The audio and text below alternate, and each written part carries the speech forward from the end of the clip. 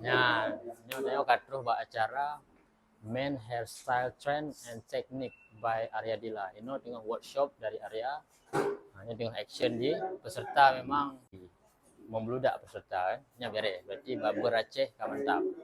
Kasih semangat untuk belajar dan nyo nah sponsor-sponsor dari acara. Sponsor acara mantap. Nyo dengan berlangsung workshop dari Arya.